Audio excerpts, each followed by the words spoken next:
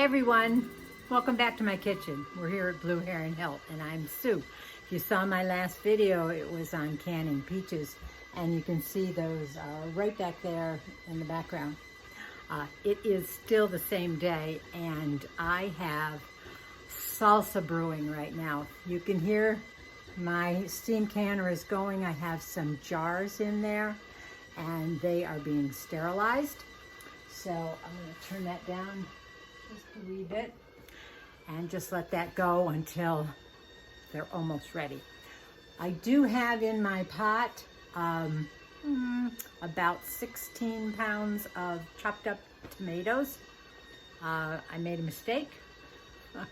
I thought I was recording on taking the skins off and all of that, but something happened, it didn't record. But let me just back up a little bit and tell you what I did.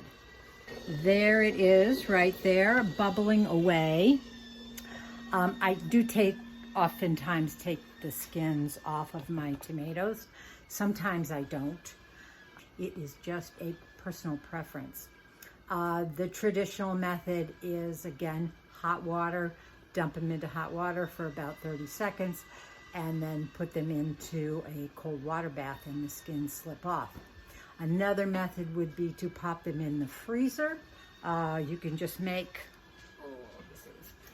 a little X on the bottom, pop them into the freezer, and then pull them back out and they thaw and the skins will slip right off naturally. I did that with about half of these. Another method to use, which I did the other half, was I put them in the oven and I roasted them. When this all comes out, I just chop them up coarsely and put them in the pot. And it's getting heated up and ready for canning. And of course, I've got a number of other ingredients that go into the pot to create the salsa. Let me show you what I have on my counter to add to the tomatoes to make a wonderful salsa. Okay, here on my countertop, I just basically take the ball recipe, the big ball book on home preserving, and I use this salsa recipe, and as you can see, I have added my own special additions to this. The recipe calls for about 7 cups. I have, at least double that. I'm making a big batch. I figure why not make it all at one time rather than heat the kitchen up at 2 or 3 different intervals. So what else it calls for? Number 1, some onions. It calls for about 2 cups of onions, coarsely chopped. I like a little bit of chunk in my salsa. I don't like it blended smoothly, so I am going to cut these up. It also calls for green peppers. So it calls for about a cup. I am going to go a little bit heavier, almost 2 cups. Now, of course, I am doubling this. What it doesn't call for and that I do put in are some black beans. And these are black beans that I canned over the winter, and I'm going to use those. Also, I put corn in mine. I just think it looks so pretty. You've got the green of your peppers, you've got the yellow of the corn, the black of the beans, and the red of the tomatoes. I eat with my eyes. It calls for a couple cloves of garlic. I am going to use a whole head of garlic and minced up very finely. It calls for some jalapeños. I did not grow jalapeños this year. Instead, I had a huge crop last year. I dried them. And so I am going to use these for that. I also put in a little cumin, and it also calls for vinegar and a little salt and pepper. So, and if there's anything else I've left out, we'll get back. Oh, I know, it calls for cilantro. I have some dried cilantro that I'm going to get out and use that. Don't have anything fresh because my cilantro all bolted as it does, certainly by this time of year, and I dried it in the springtime. So I've got to get that out, and that goes in there too. First of all, I want to show you, if you don't have one of these nifty little things, they certainly are a lifesaver when you are chopping in mass quantity, and especially chopping onions. Let me show you just how it works. Okay, slice the onions. I slice them in discs.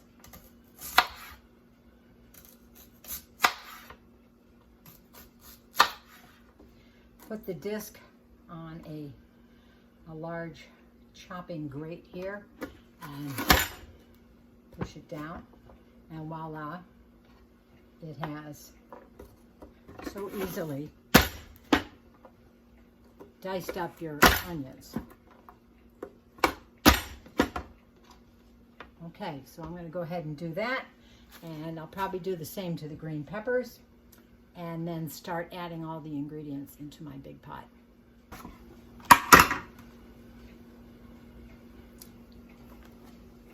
That is about 3 cups of onions. So that's going right in the pot now.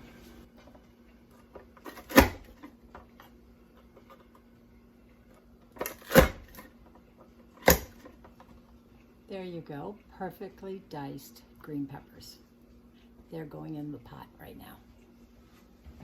Black beans into the pot right now. I need to chop up my garlic. I know a lot of people say I should have a garlic press, but I don't. I used to, but I found it extremely difficult to clean, and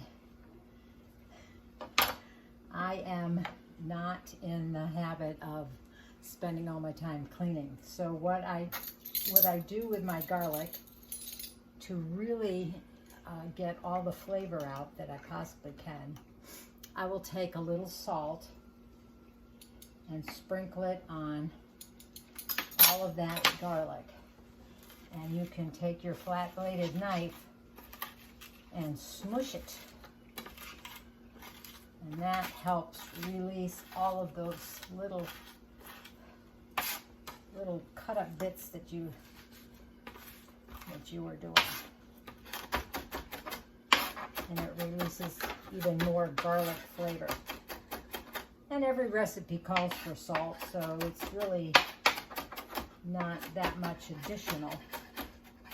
This here I probably put just a 1/4 to 1/2 teaspoon of salt on all of these cloves.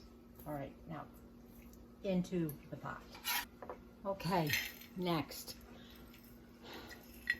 jalapenos. Now, normally with jalapenos, the fresh jalapenos in this recipe, I'd put in maybe 6 to 8. I like it on the mild side. So I am going to just kind of eyeball what I have here.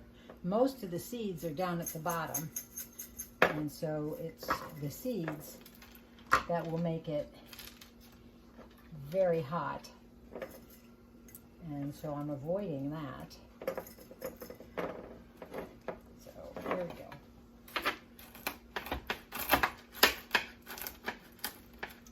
Now, if I was using fresh jalapenos, I would be wearing gloves.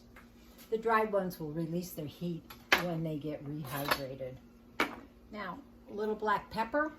I will put in a good heaping teaspoon of black pepper. Maybe a little bit more. No salt, but also cumin, maybe a teaspoon of cumin. In goes my corn. Now that's probably 2 cups of corn. So I'm doubling this. So most of the measurements you see me putting in are almost double what they should be. But in the description box below, I'll write out the full recipe of everything that I have added in here and the amounts for a single batch. So let me take you over And you can see what this looks like in the pot. There's the corn and the peppers and the beans. Oh, this just looks so beautiful. Once this comes to a boil, it's then that I will jar them up. And I will give it a little bit of a taste to see if it needs anything else. I have maybe a suspicion that it may need a little bit more heat, but we will see. Okay, I'll be back. Oops, one important ingredient, vinegar. So let me get that in the pot right now. You want to make sure that your batch of salsa is acidic enough, so because it's only going to require a water bath canning. So let me get that in as an addition right now. I have one batch in my steam canner over here, and I am preparing jars for the next batch. So you're going to fill this up to 1/2 inch of headspace.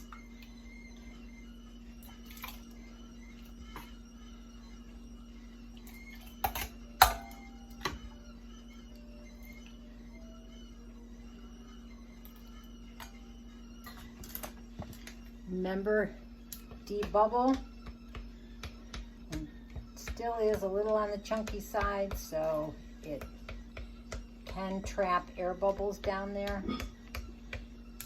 And you want the 1/2 inch of headspace. Let's see how many I can get. And that one.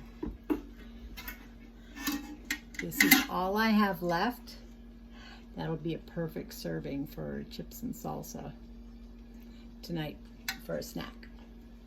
A little vinegar on a towel, and we are going to wipe the rims because there are seeds in this. Who knows? Pepper seeds, all sorts of things that could get caught on the rim and hinder a good seal.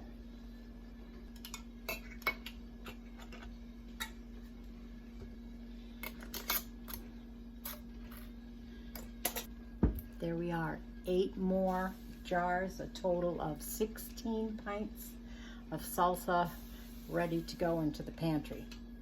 When the steam canner is done with its 8 jars, I'll vent the lid for about 5 minutes or 10 minutes, and then take the jars out and replace them with those, and away we go for the second batch. These were processed for 20 minutes. And when you process in a steam canner, it's the same as processing in a water bath canner. You use less water, so you don't have to heat up your kitchen boiling a huge pot of water. I like my steam canner. Now that I have a bowl of leftover salsa that did not fit in a jar, we're going to have salsa and chips before dinner, I think. But I don't have any tortilla chips. And if you don't have any either after you make your salsa, it's easy. Starts with flour tortillas. I always have those, either in the fridge or in the freezer. So get out some flour tortillas and let's make some homemade tortilla chips. This is so easy, you wonder why you even go to the store and buy tortilla chips. I've got 3 here. All you have to do, I'm going to cut them up into little wedges.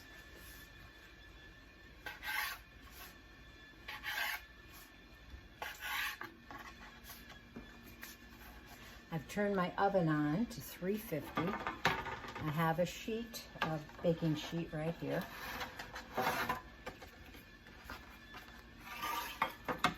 And I'm going to spread these out on the baking sheet. Take a little bit of salt, and just a tiny little sprinkle of salt right now.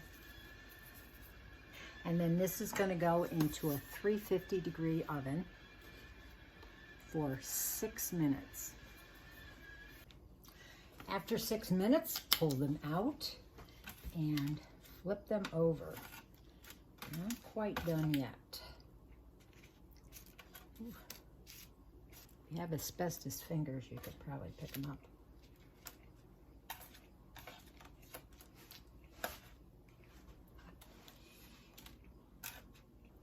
Now, if you want a little zest to your tortilla chips, put some taco seasoning on them. Or just put a little bit more salt on this side. Okay. After that, it's got to go back into the oven at least 6 more minutes until you see it brown up and stuff. Might be as long as 8 minutes. But chips are out of the oven. Took about 7 to 8 minutes on the second side. So, and now I'm going to give my salsa and chips a taste.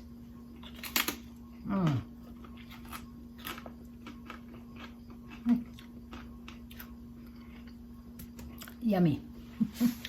I would rate this salsa at probably about a medium, and which is fine with me. And a bonus with the tortilla chips in this video. So until the next time that we can prep for the pantry or go digging in the dirt out in the garden. Have a happy day. Bye.